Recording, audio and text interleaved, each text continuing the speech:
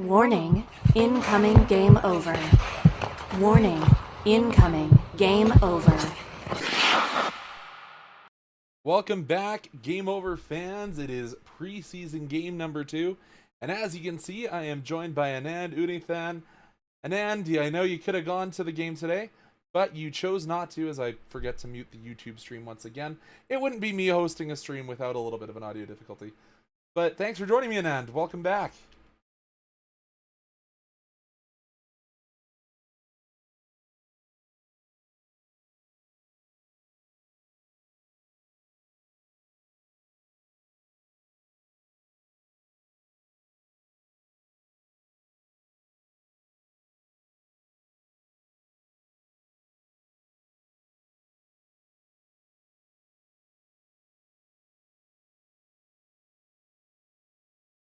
Yeah, and as we all know, if you're here in chat, the Calgary Flames win 4-0 over, let's be honest, a line of Seattle Kraken. And oh, you can't hear. What is up with that? No audio. Muted. It shouldn't be. Getting levels into OBS.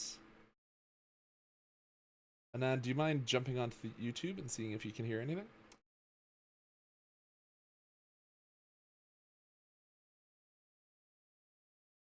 Oh, you can hear me. KQ, it may be on your end. I'll comment that in chat.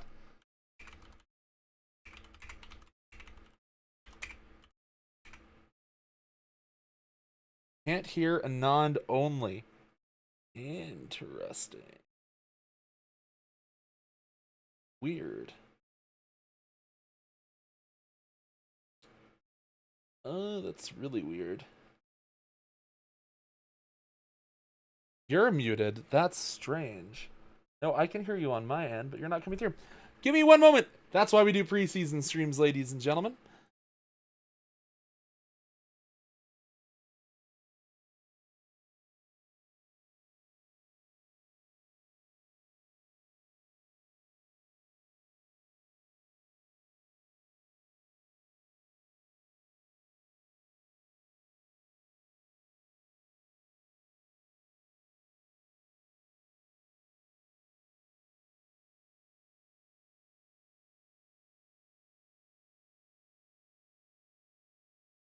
Welcome to preseason, where I'm having to already start our everything here.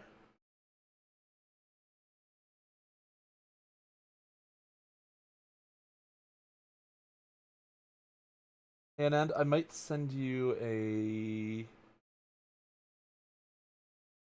Hey folks, I am going to quickly send us back to the pre-screen, try and sort out what's going on. We will be back in 2 seconds.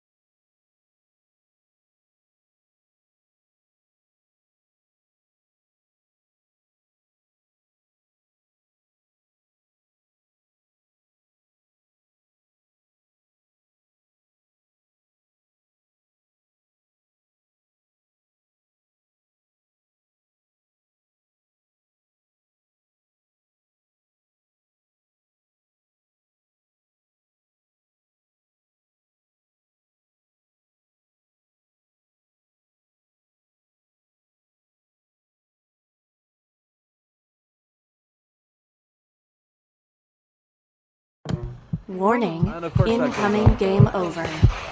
Warning, incoming game over.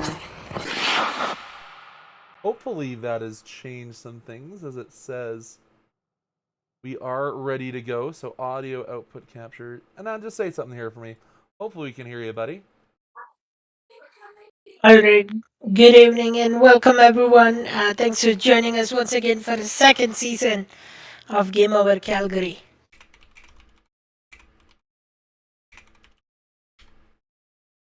Hey, KQ, I do want to say thank you very much for telling us that Anand was not coming through. Okay, I think Oh, that perfect. works. We're coming through now. I got to balance you out a little bit. We're trying some new things on the back end. I'm sure nobody overly cares about what I'm doing in technology land, but we've got it figured out. So the Calgary Flames take home a 4-0 win. Anand, welcome back. Yeah, good to be back with you, Conrad. I'll begin my quick spiel again that I missed. I was at the game on Sunday against the Edmonton Oilers here in Calgary. Not a pretty game to watch that one, 3 nothing loss, but in Edmonton we won thrilling overtime. And today we had a pretty convincing victory against the Seattle Kraken. So good to be back with you, Conrad, for a second season. We'll see what this team can accomplish. We'll talk about what we liked and didn't like throughout. So stick with us. Don't go anywhere. Yeah, another season of Calgary Flames hockey and the first real win that wasn't a half win. I don't know what we're going to call the split squad, but the Calgary Flames take down the Seattle Kraken by a score of 4-1. And as I said when you couldn't hear Anand, it kind of was one line of Seattle Kraken and then the two goalies that are battling for the backup job in Seattle. So let's call a spade, not a full lineup for the visiting team, but that's what a lot of teams do in preseason. Yeah, 100%. We saw the lighter heavy squad travel to Edmonton for the Sunday game. So, all like away games, you will always see the lighter squad come in. So, tomorrow when we go to Vancouver Canucks, we don't think we'll see like of Hubert or Coronado. It will be the young guys. So like the Ed Arsenievs, maybe Zane Perek again. We'll see if he gets a chance to come in or not tomorrow. So all those young guys will be the ones that will be dressing tomorrow. So like you said, travel teams always dress lighter. Yeah, so because as I said, it really is one line of NHLers. Mason Marchment, Tyler Stevenson, and I can't remember Tolvanen's first name. But that's really your Uh, only NHL line. Is it E2 Tolvanen? Or it's Ely. It's a very, very Finnish name. Um, yeah, and then really it was Mahora and Kale Fleury were really your only two NHL level defensemen coming to town for the Kraken. So we're just saying this all to frame that while it's great that the Flames win and really good for some of these younger guys or AHLers, maybe we shouldn't really weigh the performance of the NHLers. Albeit, I don't think they were the best at this game. But let's go, we'll hold that thought. We'll go through this event by event, break down the game that was, and then we'll talk about some of our standouts. Calgary Flames open the scoring, and it's a nice little transition play. Good pass to get through neutral by Hunter Brustevich.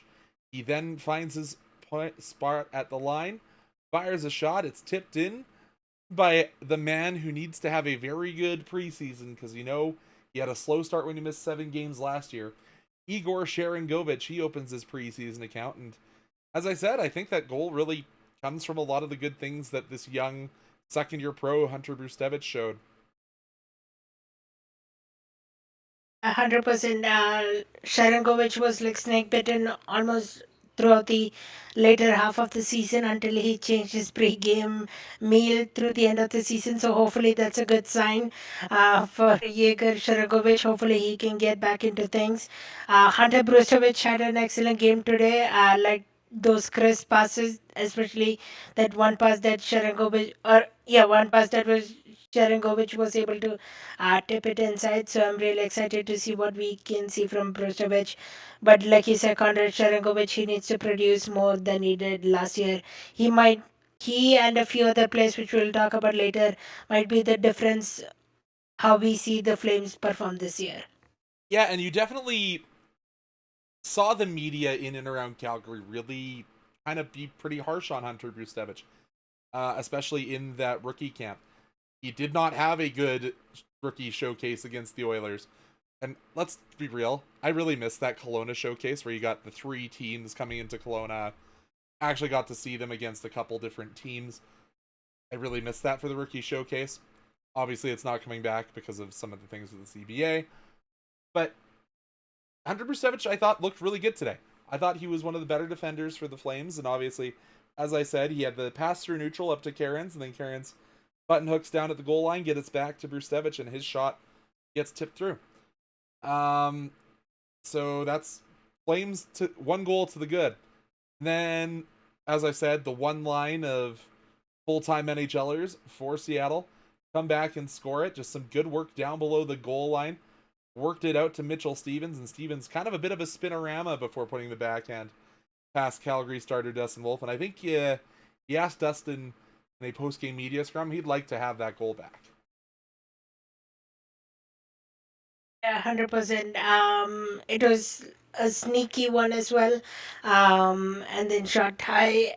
So definitely, especially goalies having not facing traffic this much in so long during the summer, and then asking Dustin Wolf to come back and face that, he would have probably got tricked.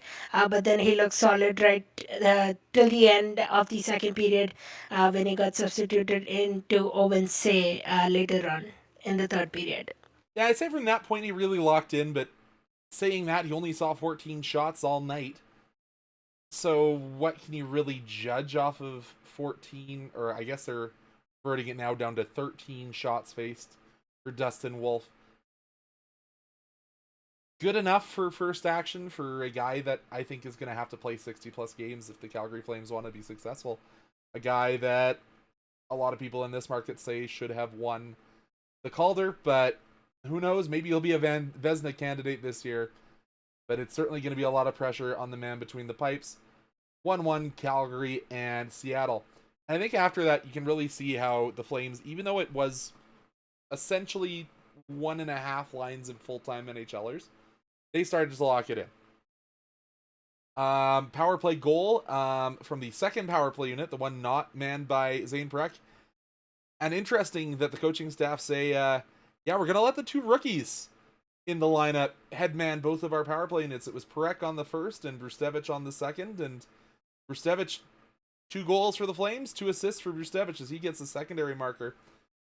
Primary assists going to Connor Zary, and Rory Cairns just kind of took the empty space right in front of the Seattle goaltender and tucked that one home. Yeah, Rory Cairns, that one player who will be a sneaky underdog for the Flames. He got that small stint last season where he got called up. He played excellent, a couple of games back-to-back points, and then got sent down back to the AHL Wranglers, but haven't seen since then. So especially that goal like today, finding that space and shooting it with that snipe, hopefully that's one reason that he can come back and be part of the lineup next season. I don't know if it will be right away at opening night roster, but maybe a few games down. Of course, you don't want to wish for injury, but barring injury, he might be a certain call up because I like his game. He impressed us last season. Now he did it today again. So we'll see what it holds for Rory Cairns. Yeah, and you always talk about the quick release of the guy who scored the next goal, but Rory Cairns, that was off his shot or off his wrist hand like a rocket, and beat Philip Grubauer, who we all know the struggles that Philip Grubauer had last season. He was one of the worst goaltenders in the NHL last year. So we want to think that this is a bounce back here for Grubauer, and hey, Rory Cairns saw him early, so got that opportunity. Who knows? But good shot from Rory Cairns. He's one of those guys that needs to bust his butt to try and at least make them be the conversation for this new Calgary Flames coaching staff. Well, I call it new. It is slightly new. Of course, you saw Dave Lowry behind the bench today for the first time for the Calgary Flames. And so he's probably trying to play for that position. As you mentioned, it's going to be an uphill battle. He has a lot of guys that have NHL pedigree ahead of him. Like, I don't think he's going to beat Ryan Lomberg out for that 4th line left wing spot. Maybe he learns how to play a soft wing in the NHL. We'll have to see. So that's all that she wrote through the second, the one goal. We go to the third, and Matt Coronado gets essentially a gimme. I think Matt Murray was in terrible position for this one, but kind of a nice passing play between the three veterans, Morgan Frost, Jonathan Huberdeau, and Matt Coronado.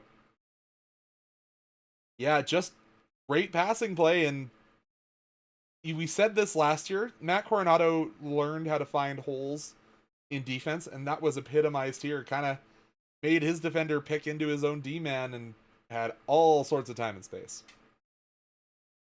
Yeah, I have true and utmost confidence for Mac Coronado. I think he can be a great player overall. I know Ryan Huska on the media as well was praising him for how much he has worked over the summer and how great he has looked. So gonna expect a little bit more from him. Maybe the double the goals from what he had last season. So yeah, I'm excited to see what Mac Coronado can produce. He has established himself. It's just going to be does he get paired with a Frost line or does he get paired with Kadri line? We'll see what comes in a week or so time. And hey, he got the primary assist is from Morgan Frost. And boy, Morgan Frost has been off to a hot start to start the preseason. Yeah, 2 goals in Edmonton, the overtime winner, and then right now here in assist from in Calgary too. Love to see that, especially Joel Farabee and Morgan Frost. They were kind of not ready or not settled yet, but looks like Morgan Frost is settling well. Farabee had 1 goal as well against Edmonton. Little too quiet today. I don't know. Did he play? No, he was not in the roster It's today. too. Yeah, yeah, that's with preseason as well. It's hard to keep track of who played and who played because I know there were two different versions on Twitter as well on the lineups and rosters, so I got confused. But yeah, Joel Farabee scoring that 1 goal in Edmonton. Hopefully, that's a good sign as well for both of them to rebound well and come strong. Again, like I said earlier, Sharangovich, Farabee, and Frost are my three key players who I think will be a difference make if they need if the Flames need to be better from what they were last season, if they still are looking for their playoff spot, I think those three could be the difference makers we could potentially see. And then there's this is an empty net goal, but it's not an easy empty netter. A lot of good work in the neutral zone, an active stick from Sam Honzek knocks down the pass, trying to get through that center ice area. Passes the puck off to Sam Morton, and Sam Honzek was kind of that guy last year that had a really good training camp that nearly worked his way onto this roster, in my estimation. And I think with his second year as a pro, there's lots to like about his potential. Obviously, once again, not playing as a center in professional hockey, not going to be that guy that he was maybe projected to be before his injury. But I think a very serviceable winger there for the Calgary Flames and showing high work rate. Yeah, 100%. Sam Morton, he has been great with the Wranglers. Mainly, he has been producing there a lot. And like you said, Sam Morton, Sam Honzek, both of them this close to being coming out of the training camp last season, but couldn't make it to the team. So hopefully, maybe this time around, maybe they get a handful of games to showcase what they can produce in the NHL level. Yeah, and so other than that, a pretty tame game as far as preseason games go. Only the one real spat at the end. We saw Morgan Frost holding call, a couple more penalties from the Kraken in the first and second. And then we kind of saw a little bit. I'm not going to call it a negative. It's going to be guys that are understanding what their roles are going to be in the NHL. And this is a guy in Otavainen and Adam Klapka. And I thought Adam Klapka actually didn't have that great of a game today. Didn't play with the size that we all know he can do. And then he kind of takes a little bit of a dumb 2 minors for roughing. One of them's going to be offsetting. And then also gets the misconduct as well as Otavainen. It wasn't his best, but if that's going to be how a 4-1 game ends, I think we'd all kind of understand it. at this point, especially when you've got a lot of guys on this Kraken roster that are saying, here's what I can bring even if a game's out of hand. Yeah, 100%. Like, even Klapka's penalties, it didn't put or deter the results of the Flames game. So I can give the benefit of the doubt. Maybe that because I believe this is Klapka's first time playing this preseason. So I'll give him the benefit of the doubt. Still, that nitty gritty from not playing hockey over the summer. No, So I'll give him the benefit. He was in the Edmonton game, the Oh, in the second game. Edmonton. Yeah. Okay. Yes, still little bit of nitty gritty, little bit of roughness. Hopefully, maybe, and then chemistry too wise as well, getting paired with different um, lines. So we'll see. Hopefully, he can get it better. But yeah, that fourth line, it's going to be once again a big topic of the year. We'll see who gets fourth line priority when it comes to that time. So that leads us to the 3 stars as selected by our friends over at Sportsnet 960. Rory Cairns, Hunter Brustevich, Matt Coronado, 1, 2, 3 in that order. Cairns a goal and an assist, Brustevich with 2 assists, and Coronado with the 1 goal. To close up this first period, I kind of want to just throw some names that had some performances that I thought were good, some that I thought were a little bit invisible, and some that I thought played really well. Starting on defense, the man who played the most minutes out of any man on the ice today, Zane Parekh. I wouldn't say he was as good as he was against the Edmonton Oilers, where in that home game he kind of was the only player that I think was any good in game number 1 at home. But today, him running the power play looked good, looked like he has some steps still to make. The fact that he played more minutes than his defense partner Kevin Ball, who's a veteran, I think there are positive signs there. Yeah, 100%. He also got paired in between with Soloviev as well.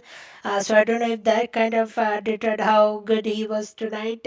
Something to keep an eye out for because the coaches are experimenting different stuff, trying new things. Especially it's preseason. That's where you get to try different things a lot. But overall, Parek has been unreal so far the last couple of games.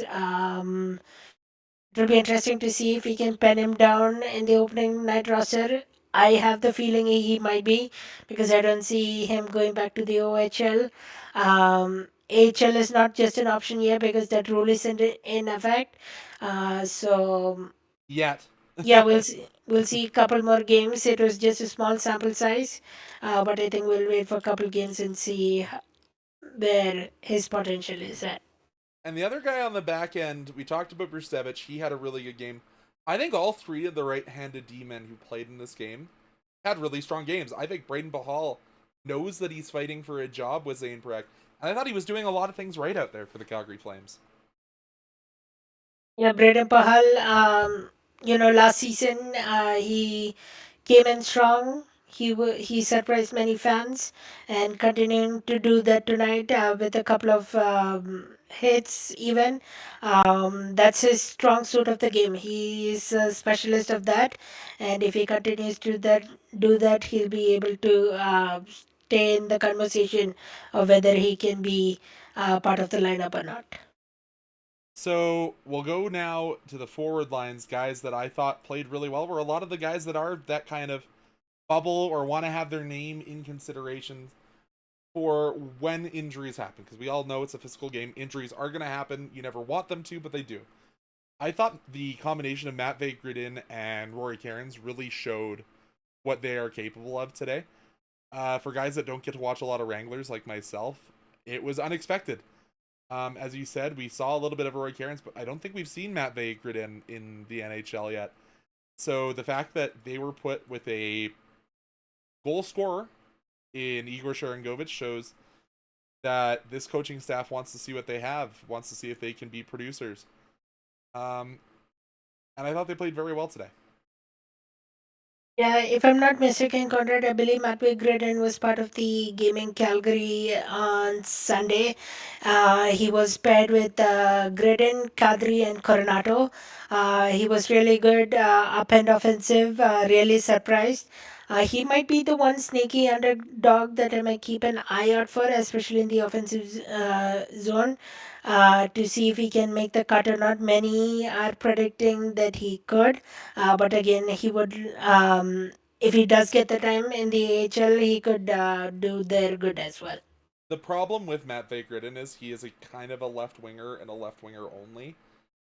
And if you want to slot him in, you're gonna have to slot him in that middle too, because you're, as I said, you're not taking Ryan Lomberg off that left wing on the fourth line anytime soon. So you're gonna have to prove that you can elevate up. And obviously, coaching staff are saying, let's put him with some of these playmakers, some of these guys that do play up the lineup, and see if he can rise to that occasion. Somebody that was getting knocked around all night, which is not what I love to see out of a guy that's coming off of a knee surgery, was Connor Zary. But bounced right back up. You have to think that he'll probably be feeling his knee a little bit. Probably will not see him in Vancouver tomorrow night. But I think you're starting to see that the knee is okay. And hey, he had his other ACL repair line mate in Justin Kirkland. Yeah, I felt for Conazari, especially the couple of times he was knocked down, but then happy to see as well that he got up so quickly and he was able to rebound. Hopefully, um, maybe the coaches realize maybe don't give him too much during the preseason, especially Conazari. It's good that he got signed earlier and he was able to take part in training camp. But let's not worsen it too much. Maybe give him a couple more games because you want him healthy for a regular season. You know how much he can produce and how much he wants to come back. Even with Justin Kirkland, don't make his knee situation worse either. He just had a strong surgery and came back. Yeah, both of them fighting for a roster spot again. Um, let's not I don't think. think Zari's fighting for a spot. I think Zari's pretty well penned into the opening night roster. So that's where I'm gonna stop you, Anand. Justin Kirkland needs to play as many preseason games as he can. He is fighting to be that extra guy that the Flames carry. Because I hope to God we don't decide to carry 8 defensemen again as the Calgary Flames, but it certainly seems that way looking at the preseason roster. But Justin Kirkland is fighting for everything he can get. Because he's got a lot of other guys on this squad that want to be that fourth line center. Obviously, we do have Kevin Rooney leave, so you don't have to fight with him for that fourth line spot. But there are other young guys who are saying, I want to prove that I can play that role. So you Yeah, want to true. see Not Kirkland that as I think much. about. Yeah, true. And Good point. you probably had him playing with a guy who's also going to be on his wing on that fourth line in Adam Klapka. As we said, Klapka was okay. And then another guy that I want to talk about is Jonathan Huberdeau. Obviously, his first game of the preseason, and he's even had maintenance days. And I know the guys over on some farm fire podcast, they talked about how he had a maintenance day already in training camp just because he didn't feel like skating. So for him to feel invisible for the first 40 minutes of this game, and then for his only real impact in my mind to be kind of the physicality that he did bring in the third period, I'm a little bit nervous, especially considering the contract. But as I said, it's game one of his preseason too. As much as the veterans don't want to be playing in preseason, maybe he's one of the guys that needs it, considering he still has a lot of baggage for a lot of Flames fans. Yeah, 100%. Yeah, maybe a little concerning. I know a lot of the fan base on Twitter was little concerned how he took a maintenance day this soon into training camp. So hopefully that's not a bigger concern moving forward. Pretty sure he won't play tomorrow, but the next home game they're back at home. We'll see what happens. But hopefully it's not a big concern that we are worried about. Maybe it's just a minor thing that. And I heard there was maybe a flu and bug situation going on in the locker room as well. So I don't know how much that played into it. But we'll see. Uh, maybe It's in the next home game. still a lot of body of work to judge on, and I'm not overly concerned, but it is just kind of something to keep an eye on. And then we'll go to the goaltenders. Dustin Wolf, he was fine. It's about where I'd expect from a young goaltender. who hasn't played a preseason game yet. Obviously, we said he wanted that first goal back, but overall looked fine. Hard to judge him off 13 shots. Owen Say came in, played 20 minutes. I thought he looked pretty good. I call him Dustin Wolf Jr. because he's also not a very big goaltender. But played at the top of his crease, made himself look big, made a couple of good glove saves, pressed outside of the blue paint and froze the puck a couple of times. All in all, pretty good performance for both Calgary Flames goaltenders. Yeah, I think Dustin Wolf, he's going to be pen the starter 60 or so games like Conrad you mentioned. Sharpie, And permanent marker, not just pen. That is the one for sure thing we have on this team. And then Owens, a small sample size, of course, but he looked really strong coming into the last period of the game. Wasn't too shocked or over surprised. And he essentially got a shutout, if you want to say. Didn't allow any goals. So Owens a shutout. Why not, right? I guess So let's give people their chance to shine. But yeah, as we said, not the strongest Kraken lineup in town. You'll see that improve over the 6 more games of the Calgary Flames regular season. Now, let's head on to period number 2, and I'll actually change the graphic because I remember how to do this. I can see playoffs and a first-round exit this year. Tokay, Murray Edwards agrees with you. 2 home games in the playoffs. I'm just joking. But this will be a shorter second period. This is kind of... We'll come to you in a bit. This is kind of a rant. The Calgary Flames announced and are now showing and continuing on with the fact that the center ice circle is going to be all red. It's got that red filled in. It's the white C at center. And I absolutely hated how it looked on the stream. I didn't mention it last game because it was just me. So I didn't know if it was just my personal vision. But my God, I lose the puck. Even in the high quality stream that the Flames have, it's just too much noise. And it's a change that I don't think adds anything other than confusion.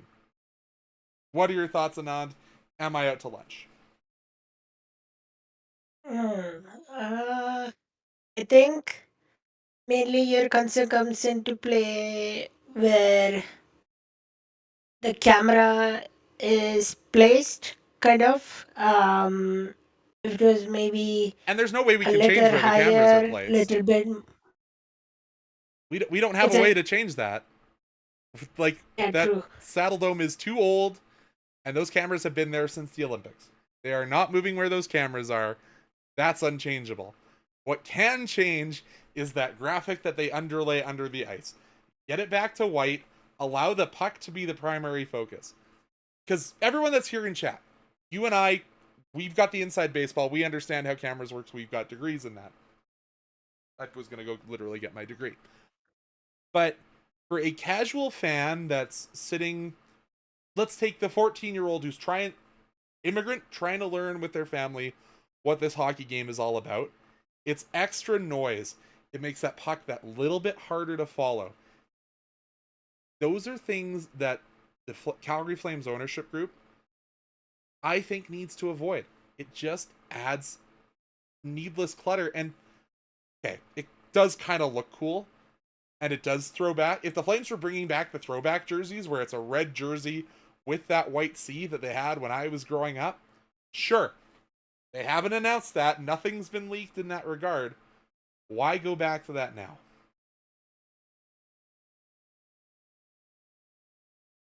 And I guess technically it's the white C that's on the home jerseys. I just don't get it. I think it looks terrible. Yeah, fair. Like I'm one of those hockey nerds that like has gone back and looked at all the old school, like how center ice used to be set up for the Flames through our whole history, where it used to be the 2 C's on either side because you couldn't get a big enough graphic or it cost too much money. I don't know what the story is there. But like, I just think it doesn't add anything to the game and makes it harder for new fans to enjoy this sport that we all love. Yeah, fair point, I guess. maybe they see value in making it brighter and attractive for fans, but maybe they don't understand different people look at it different way.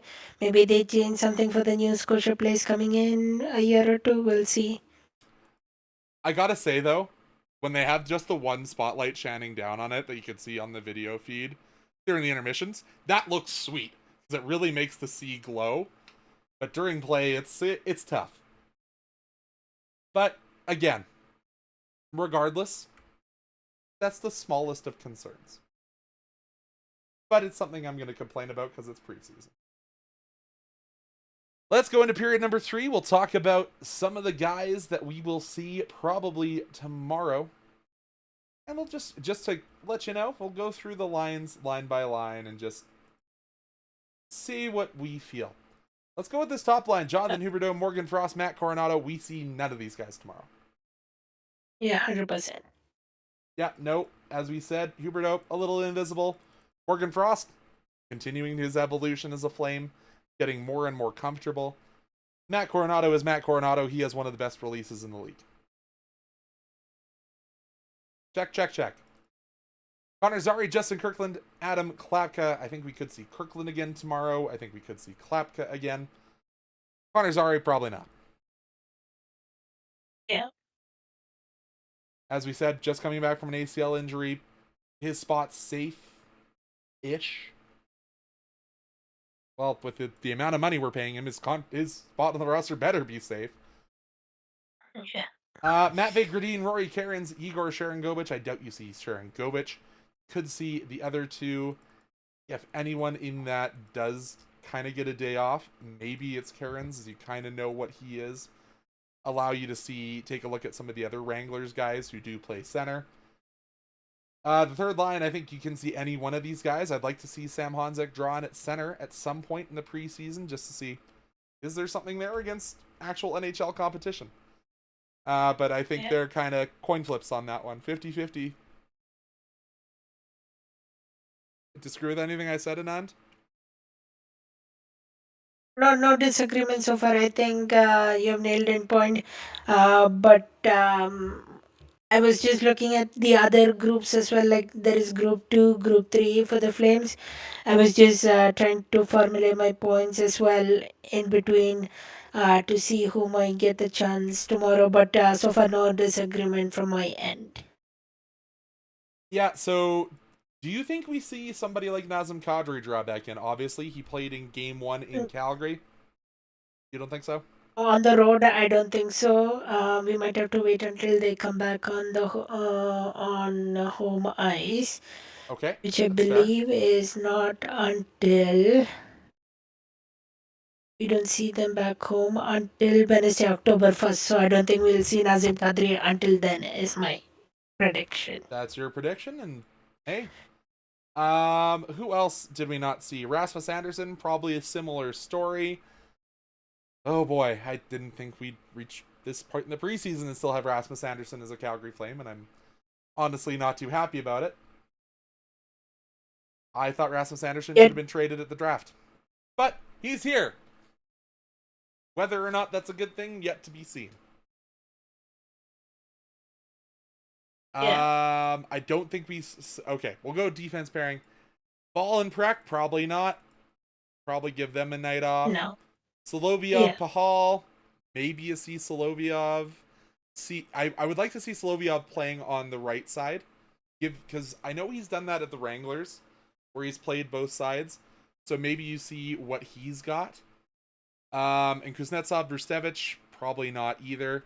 I think you probably see a lot of DeMille Miramanov, maybe a little bit of Mackenzie Weegar. I don't think Mackenzie Baker either. I'm gonna say they wait until they come back I think home. that could be your one NHL pairing, is you see Miramanov on the right side of Weegar. But there is a possibility it's a lot of Calgary Wranglers and a few Rapid City Rush you see on defense for the Flames in Vancouver. I think that's probably right. Yeah. Like I could see Artem Grushnikov probably. Maybe Jan Kuznetsov back again. I could potentially see. I don't think they sent back Etienne Morin yet. Maybe him. Um, Simon Mack also, he was listed in the roster today, but he didn't play. Maybe him. Jeremy He's one of those Poirier, I think guys. is. Oh yeah, Poirier isn't with us. I don't know what I think about Mac. I really don't. And I also don't know what I think about Nick Cechek. Check, yeah. I think Check was a menace in the Calgary game. To be honest with you, he was a menace. But does he hold a conversation spot? I don't know just yet because he just played the one game. I still have to see a bit more from him to decide. so. You know what? Let's kind of look at this. Do you think Jake Bean plays in Vancouver? I I think could he's see it. I think he's possible. I'm gonna skip over Anderson and Ball because I think Ball got his game today. He won't play in back-to-backs in the preseason. Rusevic, I don't think you'll see him play in back-to-backs. I think you know what he No. is. I think he's a very good young defenseman. I don't think you need to fly him over the Rocky Mountains to play. Nick Cechek, I think he could play. Yeah. Artem Grushnikov, I think, is very likely going to play. Joel Hanley, I don't know how this guy got another contract. Like, let's be honest. Like, we talked about it all last year with the Flames carrying 4 seventh defensemen, and yet Joel Hanley gets another go with the Flames instead of letting someone Yeah. like a Yan Kuznetsov come and play major minutes. But I digress. And the Mermano is here too, so Yeah, Miramanov, Etienne Morin, who I think will probably see playing time as long as he's healthy. That's kind of been his thing all his time as a Flame. You won't see Braden Pahal, I don't think, 2 nights in a row. no. With the amount of minutes that you just had Zane Perek play, I don't think you see him tomorrow. No. Yeah, as we said, Poirier still with the squad. Probably see him. Probably don't think you see Slovia. Probably don't think you see Uyghur. No. Yeah. So that only leaves the one last position. You're not gonna. You might see Owen say. You won't see Dustin Wolf again until we're back at home. No. What I would like to see I is think I know the Flames really need to narrow down their 2 starters, but I think for in Vancouver, I think you need to send Owen say and Arseny Sergeev and see what you've got in both. Because you took that NCAA signing with Say, and then you bring in Sergeev, and I think you need to discover which one of those guys is going to Rapid City and which one of them is going to stay here in Calgary. I'm gonna say Prosvetov and Kohli just because they are the ones fighting for the backup spot mainly. Um, But you have more I'm time guessing in the they want. preseason to do that. If you want to get this roster True. down just to two squads, I think you need to see what Sergeev and Say have. We haven't seen Sergeev yet, and we've seen 20 minutes of Owen Yeah, Say. true. You have a good point there. Maybe they split tomorrow. Sergeyev and Ovense.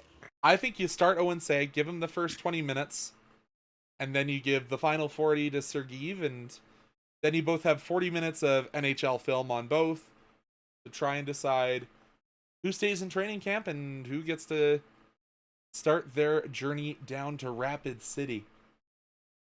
Um, and I just saw something, a quick little offshoot of the whole Rapid City thing. Rapid City just signed a former or a former NFL draft pick. I can't remember what his name is, but I know I saw that come across my TikTok feed. No, Rapid City Rush, not the city of I think Rapid I City. missed that news. Their extension. Jake Ratzlaff, yep, signed with the Rush.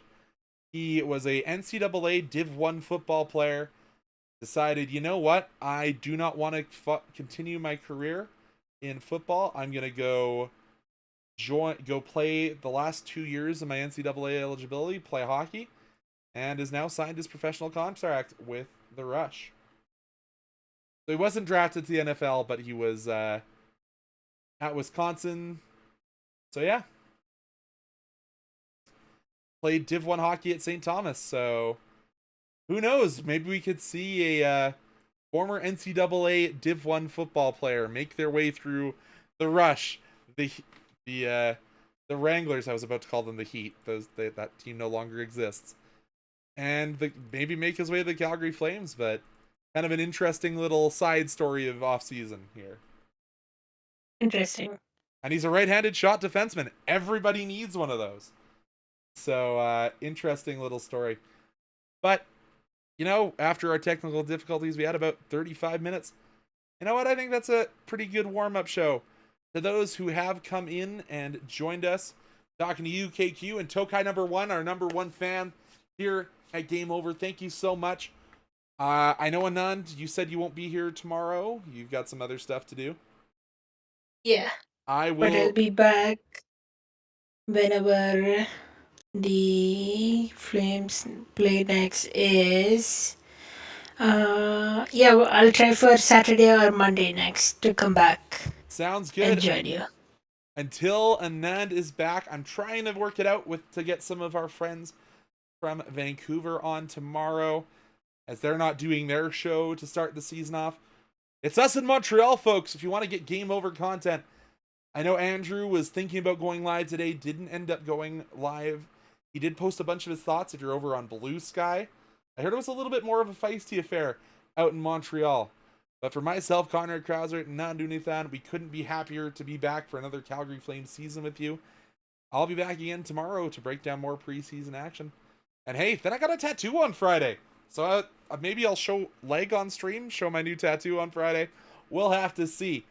But for us here at Game Over Calgary, we will see you here on YouTube. We're not uploading the preseason to the podcast, so you got to be here on the Game Over Calgary YouTube page to catch more Calgary Flames preseason action. Have a good week. Have a good week. Where's my outro here on? There we go.